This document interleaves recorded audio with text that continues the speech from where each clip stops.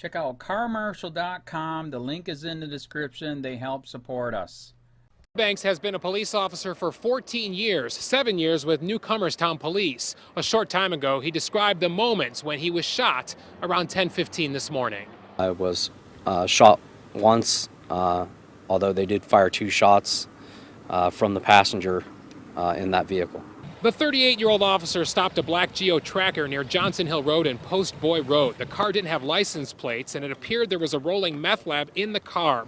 Eubanks told me a man wearing a vest, similar to a police vest, pulled a gun and shot him in the arm, and then fired a second shot that missed the cop.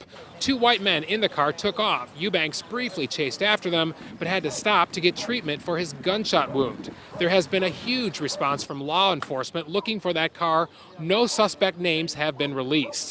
The police chief said there was also a shotgun in that car. The men should be considered very dangerous, and Officer Eubanks is counting his blessings to be alive. I'm very thankful. God has blessed me today. He was definitely on my side. It could have turned out way worse. I'm very grateful. I'm blessed. It could have turned out way worse. Luckily, I'm supported by a good department and a great family.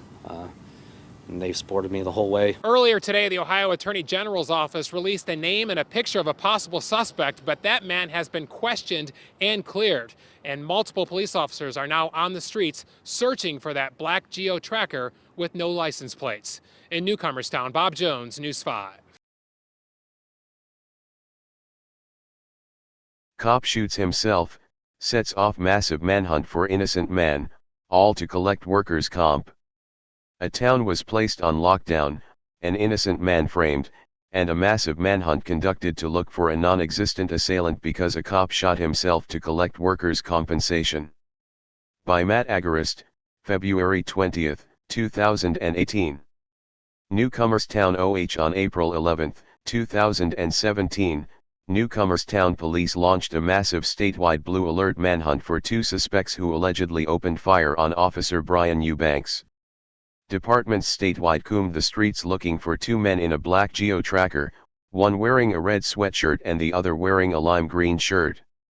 One was in a tactical vest and they were armed with a shotgun and handguns, the Attorney General's office said.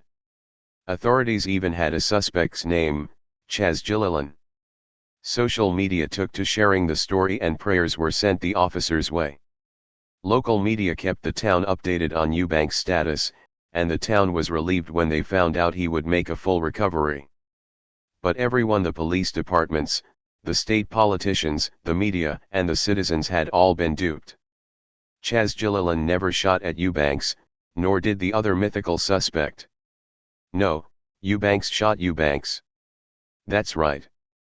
The blue alert, the statewide manhunt, the deprivation of Chaz Gilliland's rights, all of these happened because Officer Eubanks shot himself in an attempt to collect workers' compensation and then fabricated an elaborate story to cover it up. A week after the shooting, Eubanks, 37, admitted to police that he lied about it after they brought him in for further questioning about the incident. He was then charged with inducing panic, making false alarms, tampering with evidence, forgery, and workers' compensation fraud. He was found guilty, and this month, he was sentenced to a measly 90 days in jail, a slap on the wrist.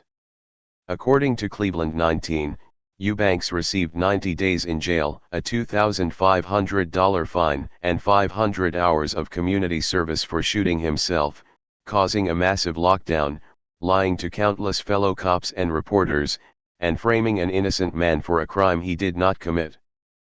Prosecutor Christian Sticken noted that he went too far in naming a suspect a real, live innocent person, reports Cleveland 19.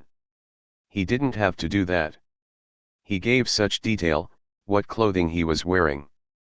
Things that were hard to see, they became suspicious, said Sticken. According to Fox 8, the sheriff's office found Eubanks' statements about the incident contradictory after speaking with witnesses. Investigators used an automatic license plate reader on Eubanks' vehicle to track down witnesses that passed his car at the time he told police he was pursuing the gunman, the station reported.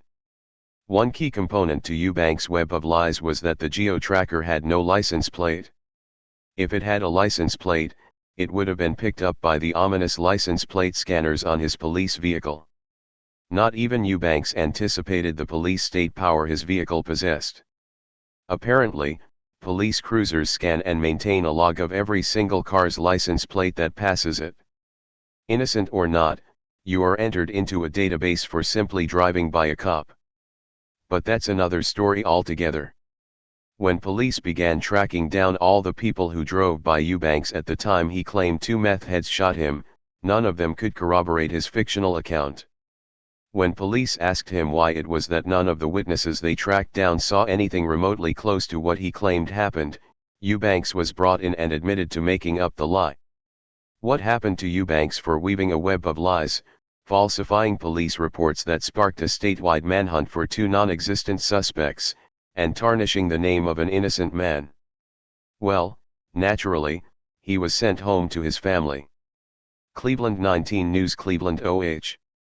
As the Free Thought Project has previously reported, police officers shooting themselves and blaming others is not so rare. In fact, as we reported at the end of 2015, 5 cops in only a 3-month period, in different departments across the country, all faked being shot and then blamed the shootings on non-existent assailants. Like Eubanks, their false stories were then picked up in the media, or by their own departments, and used to push the idea that cops in America are under attack. Not only were these stories used to propagandize consumers of mainstream media, but massive manhunts ensued and innocent people locked down as state resources were tyrannically squandered on a wild goose chase. One officer, in particular, Lieutenant Joe Glynewis, went to the ultimate length to make his fake shooting look like a war on cops when he actually killed himself in September 2015. An entire town was subsequently placed on lockdown and residents were subject to a brief period of martial law as Glynewis' brothers in blue searched for 3 non-existent suspects. Glynewis was a criminal cop who was using the war on cops as a means of covering up his nefarious history. Only after he was publicly outed as a criminal cop did any of Glynewis' fellow officers refer to him as something other than a hero. A month later, England Police Department Sergeant David Hauser faked being shot during a traffic stop in Arkansas. Another statewide manhunt was launched for a non-existent Hispanic man. 2 weeks later, Hauser caved to pressure and confessed to shooting himself. Before that, it was reported that veteran police officer Terry Smith was shot in the back by an unknown assailant, and Black Lives Matter protesters were implicated. However, the Houston Police Department found that it was actually his partner, Gregory Hudson, who shot Smith. In September 2015, Officer Brian Johnson crashed his police cruiser into a tree. To cover up his terrible driving, Johnson then fired several shots into his wrecked car and then radioed into the station, claiming he'd been a victim of the war on cops. Yet another massive manhunt was launched in search of a fake shooter. Commerce City police officer Kevin Lord was also arrested in 2015 after it was revealed he faked being shot at during a traffic stop. Lord claimed he was shot at close range while making a traffic stop in the 9700 block of Peoria Street. His bulletproof vest was credited with saving his life. Whether or not Eubanks was actually suicidal remains a mystery. However, suicide is no joke among cops. The public must realize the dire situation and extreme scope of the mental health epidemic currently facing law enforcement. There's an extremely high rate of suicide, a domestic violence crisis, and much higher rates of addiction among police forces than the general public. That being said, however, there are also cops looking to get a paid vacation, and a superficial wound to the arm, while blaming it on some meth heads, is an easy way to get there. County, this is Charlotte County Cop Watch, and I wanted to explain what fair use is. You can use pieces of news articles if you're doing it for news reporting, you have commentary, and you're doing it for education purposes. So that's what fair use is, as you can see right here. Another reason why I wanted to make this video is to let you know I have just joined with Patreon. A nice thing with Patreon, I make no money on YouTube. They took the money away years ago, and so this is another way to give, and it's a nice thing too because you can give monthly. You can give $1, $5, $10, whatever. I do 4 to 5 hours a day on trying to wake the sheeple up on how corrupt it is and different ways that you can fight the corruption. So Patreon is a way that you can do it, and then of course the old way is still there. Donate to Sheriff County Cop Watch with PayPal or credit card. So keep that in mind. 4 to 5 hours a day. I make no money, but the corruption happened to me, and I'm sick of it. So I'm trying to wake people up. But my wife would love it if if we could get some help out there. There's 47,000 subscribers. Just think if each one of you subscribers just gave let's say actually yes, $1 a month. 47,000 subscribers gave $1 a month. That would be awesome. That's not going to happen. But anyways, that would be great if it did happen. But do the math in your head. Just think about it. Like I said, 4 to 5 hours a day. I get no money from YouTube. YouTube has gone nuts. You can't do anything anymore. They're taking the money away everywhere. So these are a couple different ways that you can still help out with all this time that I put in.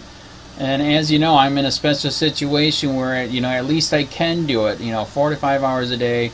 We have a cleaning company during the day. That's what allows me to do this, and we're debt free. So this is my hobby. I don't go fishing and all that other crap. I try to save the world.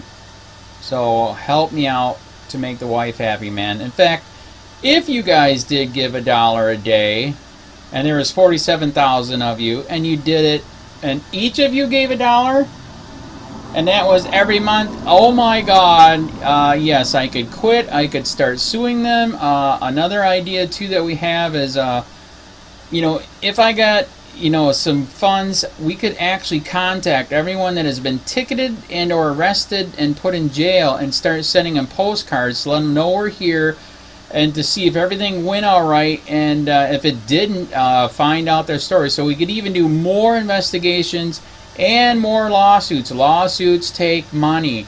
So just think about that. 47,000 of you so far right now. $1 a day. $1 a month on Patreon, or $5 a month Patreon, 10, 20, whatever. Just do the math in your head. Help out. This is a lot of work every single day. Thanks.